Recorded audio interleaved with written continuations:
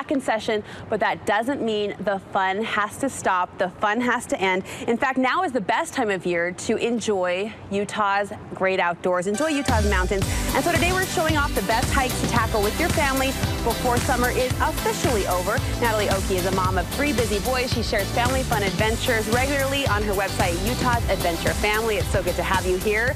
Do you mourn the end of summer like a lot of moms out there? A little bit, but I do love this time of year to be outside. Like you mentioned, it is cooler outside, so it's fun to be out there with your family, and there's still a lot to do. I mean, from my opinion, and I'm not a huge outdoorsy girl, that's no secret, but it seems like the best time to get out. The air starts to cool down just a little bit. You can almost sense just barely that fall crispness in the air. Yes, we love to go up into the mountains because it starts a little sooner there too. The air cools down, the leaves start to change color, and it's just a perfect time to be out hiking and spending time as a family. We're calling these recommendations last call summer hikes, meaning you've got to get in the fun now, and it can extend into the fall season for sure. First, you're sending us to Tony Grove up Logan Canyon.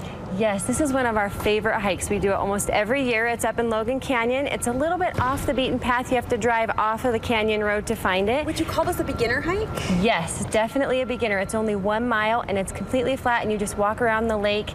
In the summer, there's beautiful wildflowers, but now the leaves will start to change color. We always see wildlife there. People have seen moose. We saw weasel last time. Oh my gosh. And people fish there. It's just a lot of fun. It's a beautiful place. Is it a heavily trafficked area? Are there a lot of people out working the hike? It's busier, but not like our Salt Lake canyons. Okay, so you're still out of the way and tucked up a little bit. Yes. All right, hike number 2 that made your last call summer hike list is a hike called Wall Lake.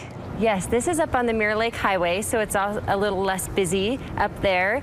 It's 2 miles round trip, but it's also flat, and you walk past a lot of little lakes until you get to Wall Lake, which is huge. Can you swim in Wall Lake? Yes. Okay. You can swim, you can fish. People will cliff dive off of the wall where the name for Wall Lake comes. There's a wall on one side of it. I've seen people camping there. It's a lot of fun up at Wall Lake. Lake Solitude, another hike you recommend this time of year. Yes, this is at the top of Big Cottonwood Canyon, and a lot of people have heard of Silver Lake, which is up there. Right. This is right behind it. So you start on the Silver Lake Trail and walk around the boardwalk of Silver Lake, and you'll come to a fork, and you head up to Lake Solitude, where you do find a little more solitude. We didn't see very many people. I was going to say, is this a little more popular, a little more crowded?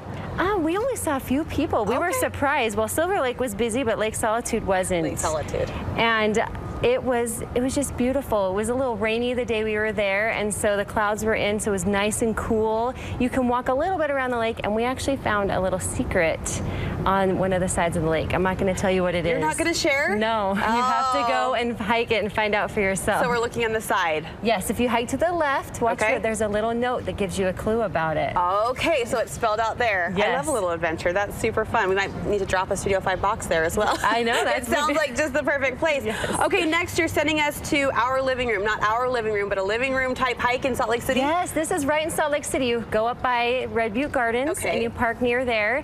And this is the hardest hike I have on the list because it is an uphill climb, but our kids did it, so families can do it. Your kids' age range? They are 10, 7, and 4, but we did it when they were a little younger. We did it last year, so they made it. I was probably the biggest complainer of the steepness. But once you get to the top, people have built a living room. They've taken the rocks, they've made couches and chairs. There's a recliner. It is really fun, and you have this beautiful view of the valley. It is such a unique place that I tell everybody to do this hike. How have I never heard of this? I don't know. Oh my goodness. You have to go check it out sometime. So worth the climb in the end. Definitely worth the climb. Natalie was kicked back on that rock recliner, just resting from that steep incline. Right. Okay, next on the list, we're going to Bell Canyon. It's kind of near the Little Cottonwood Canyon entrance. Yes, so this is, we call it an urban hike, because when you start, you still see the cars driving by and the stoplights, and you climb up a little bit, but then you're just in the mountains, and this beautiful reservoir comes into view.